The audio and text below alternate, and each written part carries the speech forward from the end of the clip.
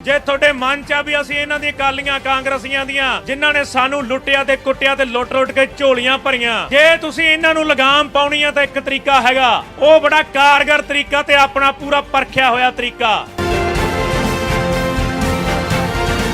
ਫੇਰ ਭਰਾਓ ਸਰਕਾਰ ਚਾਹੇ ਕਿਸੇ ਦੀ ਹੋਵੇ, ਚਾਹੇ ਅਕਾਲੀਆਂ ਦੀ ਹੋਵੇ, ਕਾਂਗਰਸ ਦੀ ਹੋਵੇ, ਇਹਨਾਂ ਦੇ ਜਿਹੜੇ ਲੋਟੂ ਆ, ਜਿਹੜੇ ਚੋਰ ਆ, ਭਲਾ ਇਹਨਾਂ ਨੂੰ ਨੱਕ 'ਚ ਨਕੇਲ ਪਾ ਕੇ ਨਚਾਲਿਆ ਜੇ ਇਹ ਨੱਚਣਗੇ।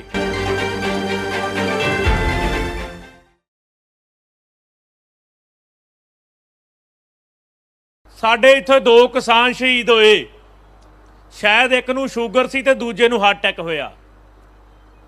ਲੋਕਾਂ ਵਿੱਚ ਦਹਿਸ਼ਤ ਪਾਉਣ ਵਾਸਤੇ ਕਿ ਪੰਜਾਬ ਦੇ ਹਰਿਆਣੇ ਦੇ ਲੋਕ ਇਹ ਸੋਚਣ ਬਈ ਮੋਰਚੇ 'ਚ ਬਹੁਤ ਵੱਡੀ ਪੱਧਰ ਤੇ ਕਰੋਨਾ ਫੈਲ ਗਿਆ ਤੇ ਇਹ ਮੋਰਚੇ ਨੂੰ ਟੁੱਟ ਜਾਣ। ਉਹ 2 ਕਿਸਾਨ ਵੀ ਸਾਡੇ ਕਰੋਨਾ ਖਾਤੇ ਪਾਤੇ।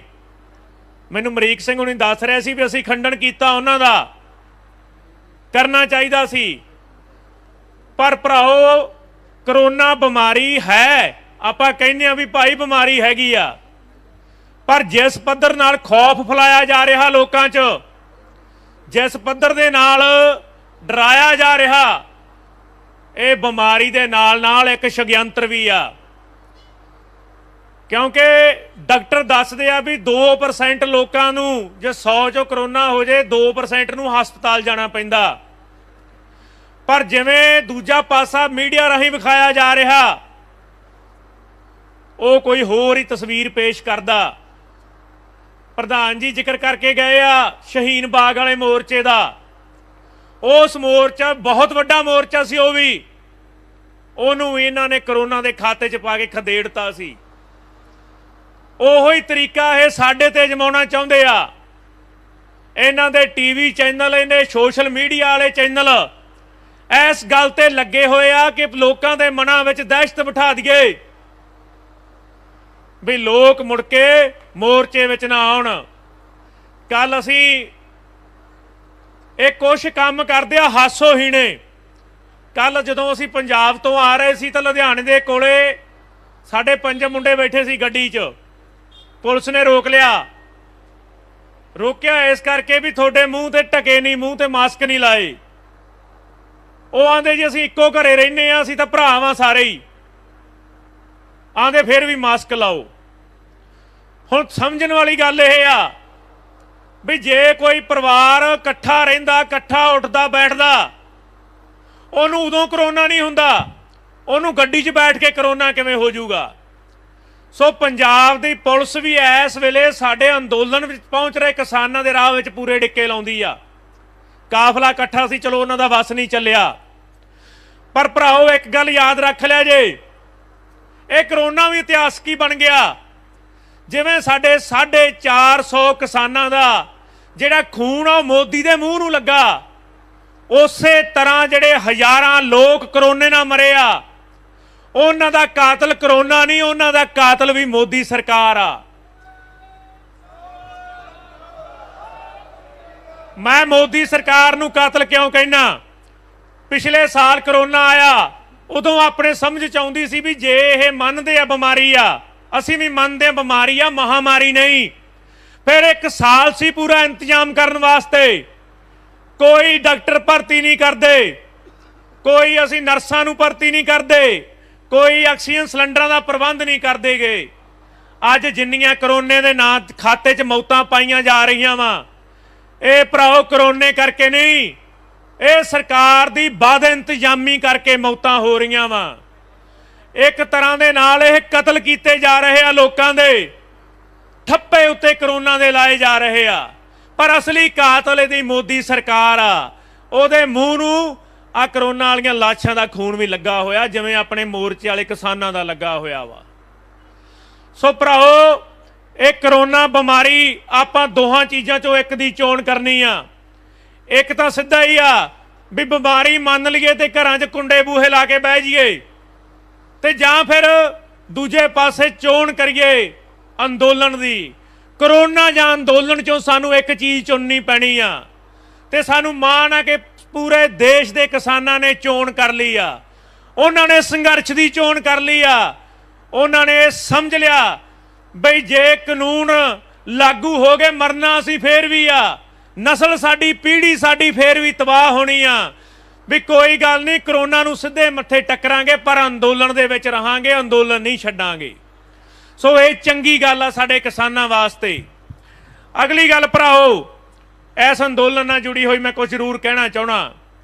इस वेले जदों तो आपां इत्थे आए आ, इस अंदोलन नूं वखरे वखरे तरीकिਆਂ ਨਾਲ ਵੰਡਣ ਦੀ कोशिश की जा रही आ। पहला तुसीं सारिਆਂ नूं याद होऊगा, ਜਦੋਂ पंजाब तो तुरे सी ਕਹਿੰਦੇ खालिस्तानी आ गए, ਜਦੋਂ हरियाणे वाले भरा अपने विच बह गए फिर आंदे नक्सलाइट आ गए, ਜਦੋਂ इत्थे मोर्चा जम गया फिर ਕਹਿੰਦੇ इत्थे कामरेड आ गए, इत्थे खालिस्तानी आ गए। बई एक तरह दे नाल थोड़े संघर्ष नूं सिखां दा ते कामरेडां दा झगड़ा बना के पेश किया गया। हुण भी एक पूरी दी पूरी जमात लगी हुई आ, IT सैल लगे हुए आ, उन्हां कोले होर कोई काम नहीं गा। ਉਹ थोड़ियां मोर्चे दे विचों निक्कियां निक्कियां गल्लां लभ के उन्हां नूं उछालदे आ, कोई कामरेडां नूं गालां कढ रिहा ते कोई सिखां नूं गालां कढ रिहा। सो भराओ एक गल चंगी तरह मनां 'च बिठा लईए भी जे अंदोलन जितना असी ते सानू आ जिहड़ा सोशल मीडिया ते जिहड़ा वरतारा चल रहा इहदे तो भी सानू किते ना किते किनारा करना पऊगा। जिवें रवीश कुमार ने कहा सी वोटां तो पहला, रवीश कुमार आंदा सी जे तुसीं सब कुछ सूत करना, देश नूं ठीक करना ते घट्टो घट्ट TV देखना बंद कर दिओ, खबरां देखणियां बंद कर दिओ, क्योंकि जिहड़ा गोदी मीडिया ਉਹ ਲੋਕਾਂ ਦੇ ਦਿਮਾਗਾਂ ਨਾਲ ਖੇਡਦਾ ਵਾ, ਉਹ ਲੋਕਾਂ ਦੇ ਦਿਮਾਗਾਂ ਨੂੰ ਕੰਟਰੋਲ ਕਰਕੇ ਆਪਦੇ ਢੰਗ ਨਾਲ ਚਲਾਉਂਦਾ। ਤੇ ਅੱਜ ਸੋਸ਼ਲ ਮੀਡੀਆ ਤੇ ਵੀ ਉਹੀ ਕੁਝ ਹੋ ਰਿਹਾ ਵਾ। ਸਾਡੇ ਬਾਰ-ਬਾਰ ਉਹ ਜਰਮਨੀ ਵਾਲਾ ਜਿਵੇਂ ਕਹਿੰਦਾ ਹੁੰਦਾ ਸੀਗਾ ਵੀ 100 ਝੂਠ ਨੂੰ 100 ਵਾਰੀ ਬੋਲੋ ਸੱਚ ਬਣ ਜਾਂਦਾ, ਉਸੇ ਤਰ੍ਹਾਂ ਸੋਸ਼ਲ ਮੀਡੀਆ ਤੇ ਇੱਕ ਗੱਲ ਨੂੰ ਬਾਰ-ਬਾਰ ਕਿਹਾ ਜਾ ਰਿਹਾ, ਬਾਰ-ਬਾਰ ਕਿਹਾ ਜਾ ਰਿਹਾ ਤੇ ਧੱਕੇ ਦੇ ਨਾਲ ਸਾਡੇ ਦਿਮਾਗਾਂ ਦੇ ਵਿੱਚ ਵਾੜਿਆ ਜਾ ਰਿਹਾ ਤੇ ਸਾਡੇ ਦਿਮਾਗਾਂ ਨਾਲ ਖੇਡਿਆ ਜਾ ਰਿਹਾ। सानू इस गल की बहुत गंभीरता नाल सोचण की लोड़ आ ते विचारन की लोड़ आ कि असीं उस जिहड़ी कशमकश रस्साकसी चल रही आ सोशल मीडिया ते एक दूजे नूं नीवां विखाउण दी, गालां कढण दी, असीं उह तों बचना कि उहदे विच उलझना। सानू उह तों बचना ही चाहीदा भराओ, क्योंकि ये अंदोलन जिस मोड़ ते खड़ा हुण, इस मोड़ ते जे असीं सारिआं ने संजीदा होकर जोर ना लाया, जे असी पूरे तन मन धन दे नाल इहदे विच ना कुद्दे ते इह ना होवे किते साडा खर्चिया करोड़ां रुपईया ते साडे 450 किसानां दा जिहड़ा खून आ जाई चलिया जावे। इह ओह वेला जदों साडे ते चौं तरफी हमला हो रहा। प्रधान जी दसदे सी सानू कई फ्रंटां ते लड़ना पै रिहा वा, कोई शक नहीं सरकार साडे ते हमला करन दी ताक च आ, करोना दे बहाने भी बनाए जा रहे आ। मिनट बाद मीडिया वाले साडे मूहरे मैक कर दिंदे आ भी करोना बारे दसो। सो कहण दा भाव की भराओ इस वेले सानू बहुत ज़्यादा फ्रंटां ते लड़न दी लोड़ पै रही आ, ਉਹ ਚੋਂ ਜਿੱਤ ਕੇ ਤਾਂ ਹੀ ਨਿਕਲ ਸਕਦੇ ਆ। ਜਿਵੇਂ 26 ਨਵੰਬਰ ਨੂੰ ਤੁਰਨ ਵੇਲੇ ਜਿਹੜੇ ਹੌਸਲੇ ਸਾਡੇ ਵਿੱਚ ਸੀ ਉਹੋ ਹੀ ਹੌਸਲੇ ਬਰਕਰਾਰ ਰੱਖਦੇ ਹੋਏ ਮੋਰਚੇ ਵਿੱਚ ਕੁੱਦੇ ਰਹੀਏ, ਫੇਰ ਹੀ ਅਸੀਂ ਜਿੱਤ ਸਕਦੇ ਆ। ਇੱਕ ਬੇਨਤੀ ਮੈਂ ਕਰਨਾ, ਬੇਨਤੀ ਨਹੀਂ ਅਪੀਲ ਕਰਦਾ ਵਾਂ, ਖਾਸ ਕਰਕੇ ਸਿੱਖ ਜਥੇਬੰਦੀਆਂ ਨੂੰ, ਕੀਰਤਨ ਕਰਨ ਵਾਲਿਆਂ ਨੂੰ, ਪੰਜਾਬ ਦੇ ਨੌਜਵਾਨਾਂ ਨੂੰ ਤੇ ਪੰਜਾਬ ਦੇ ਸਿੰਗਰਾਂ ਨੂੰ। ਜਦੋਂ ਅਸੀਂ ਇੱਥੇ ਮੋਰਚਾ ਲਾਇਆ ਸੀ ਤਾਂ ਇੱਥੇ 2-2 ਮਿੰਟ ਬੋਲਣ ਵਾਸਤੇ ਟਾਈਮ ਨਹੀਂ ਸੀ ਮਿਲਦਾ। ਸਾਨੂੰ ਇੱਥੇ ਕਈ ਵਾਰੀ ਆਪਦੇ ਆਗੂਆਂ ਨੂੰ ਰੋਕ ਕੇ ਉਹਨਾਂ ਨੂੰ ਬੁਲਾਉਣਾ ਪੈਂਦਾ ਸੀਗਾ। ਅੱਜ ਅਸੀਂ ਉਹਨਾਂ ਸਾਰੀਆਂ ਸੰਸਥਾਵਾਂ ਨੂੰ, NRI ਵੀਰਾਂ ਨੂੰ ਬੇਨਤੀ ਕਰਦੇ ਹਾਂ ਵੀ ਜਿਸ ਢੱਲੇ ਨਾਲ ਤੁਸੀਂ ਇਸ ਮੋਰਚੇ ਦੇ ਵਿੱਚ ਕਿਸਾਨ ਜਥੇਬੰਦੀਆਂ ਦਾ ਸਾਥ ਦੇ ਰਹੇ ਸੀ ਜਾਂ ਦਿੱਤਾ, ਸਾਨੂੰ ਅੱਜ ਫੇਰ ਤੁਹਾਡੀ ਲੋੜ ਆ। ਅੱਜ ਫੇਰ ਉਸੇ ਹੌਸਲੇ ਨਾਲ ਆਓ, क्योंकि असी एक परिवार हाँ। चाहे कोई धार्मिक जथेबंदियां, चाहे कोई किसान जथेबंदियां, चाहे कोई होर घट गिनतियां दीयां जथेबंदियां वा, असी समझते हैं कि असी सारे किरती लोग हाँ। असी लैन दे एक पासे खड़े होए हाँ ते दूजे पासे जिहड़ा खड़ा वा वो खून पीना सामराज आ। असी जिहड़े इस पासे खड़े हाँ असी इकट्ठे हो के ही उसका मुकाबला कर सकते हैं ते इकट्ठे हो के ही जित सकते हैं। कल्ला कल्ला एडी वड्डी ताकत नूं कोई नहीं हरा सकदा। ਸੋ ਪੰਜਾਬ ਦੇ ਨੌਜਵਾਨਾਂ ਨੂੰ ਤੇ ਸਮੂਹ ਜਥੇਬੰਦੀਆਂ ਨੂੰ, ਲੰਗਰਾਂ ਵਾਲਿਆਂ ਨੂੰ, ਕੀਰਤਨ ਵਾਲਿਆਂ ਨੂੰ, ਸਿੱਖ ਜਥੇਬੰਦੀਆਂ ਨੂੰ, ਧਾਰਮਿਕ ਜਥੇਬੰਦੀਆਂ ਨੂੰ ਬੇਨਤੀ ਕਰਦੇ ਆਂ ਵੀ ਪੂਰੇ ਜ਼ੋਰ ਨਾਲ ਮੋਰਚੇ ਦੇ ਵਿੱਚ ਕੁੱਦੋ। ਸਾਡੇ ਬਾਬਾ ਜੀ ਬੋਲ ਕੇ ਗਏ ਆ ਬਈ ਕਿਸਾਨ ਜਥੇਬੰਦੀਆਂ ਵਾਲਿਆਂ ਨੂੰ, ਯਾਰ ਵੀ ਤੁਸੀਂ ਭਾਈ ਇਹ ਚੋਣਾਂ ਲੜੋ ਤੇ ਤੁਸੀਂ ਮੁੱਖ ਮੰਤਰੀ ਬਣੋ। ਬਹੁਤ ਸਾਡੇ ਸਾਰੇ ਵੀਰਾਂ ਦੇ ਵਿਚਾਰ ਵੀ ਆ, ਕਹਿੰਦੇ ਵੀ ਆ ਵੀ ਪ੍ਰਧਾਨ ਜੀ ਇਹਨਾਂ ਨੂੰ ਮਗਰੋਂ ਲਾਈਏ ਅਕਾਲੀਆਂ ਕਾਂਗਰਸੀਆਂ ਨੂੰ ਤੇ ਆਪਣੀ ਸਾਰੇ ਜਾਣੇ ਇਕੱਠੇ ਹੋ ਕੇ ਪਾਰਟੀ ਬਣਾ ਲਓ। ਪਰ ਭਰਾਓ ਸਾਨੂੰ ਸਮਝਣ ਦੀ ਲੋੜ ਆ ਕਿ ਚਿਹਰੇ ਬਦਲਣ ਦੇ ਨਾਲ ਕੋਈ ਬਦਲਾਅ ਆਊਗਾ ਕਿ ਨਹੀਂ ਆਊਗਾ। ਚਿਹਰੇ ਤਾਂ ਅਸੀਂ ਹਰ 5 ਸਾਲਾਂ ਬਾਅਦ ਬਦਲ ਦਿੰਨੇ ਆ, ਪਰ ਜੇ ਇਹੀ ਨੀਤੀਆਂ ਰਹੀਆਂ, ਜੇ ਇਹੀ ਪਾਲਿਸੀਆਂ ਰਹੀਆਂ, ਚਾਹੇ ਕੋਈ ਕਿੱਡਾ ਵੀ ਇਮਾਨਦਾਰ ਬੰਦਾ ਅਸੀਂ ਮੁੱਖ ਮੰਤਰੀ ਦੀ ਕੁਰਸੀ ਤੇ ਬਿਠਾ ਦਈਏ, ਇਹ ਸਿਸਟਮ ਉਸ ਇਮਾਨਦਾਰ ਬੰਦੇ ਨੂੰ ਵੀ ਕੰਮ ਨਹੀਂ ਕਰਨ ਦਊਗਾ।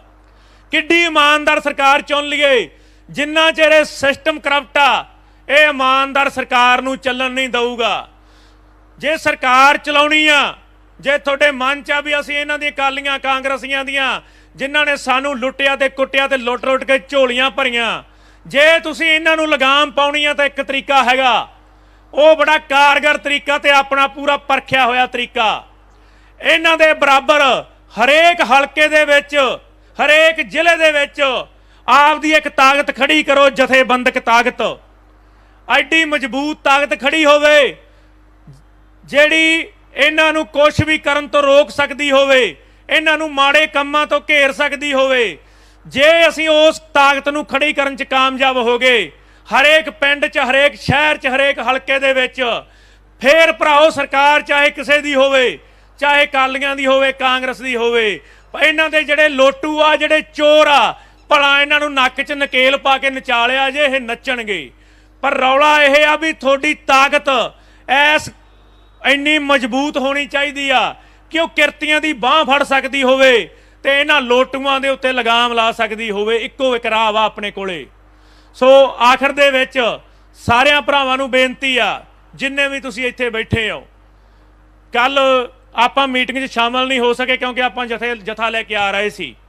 ਜਿੰਨੇ ਵੀਰ ਤੁਸੀਂ ਇੱਥੇ ਬੈਠੇ ਹੋ, ਸਾਰਿਆਂ ਨੂੰ ਬੇਨਤੀ ਆ ਵੀ ਆਪਦੇ ਪਿੰਡਾਂ ਦੇ ਵਿੱਚ ਫੋਨ ਲਾਓ, ਆਪਦੇ ਇਲਾਕਿਆਂ 'ਚ ਤਿਆਰੀਆਂ ਕਰੋ।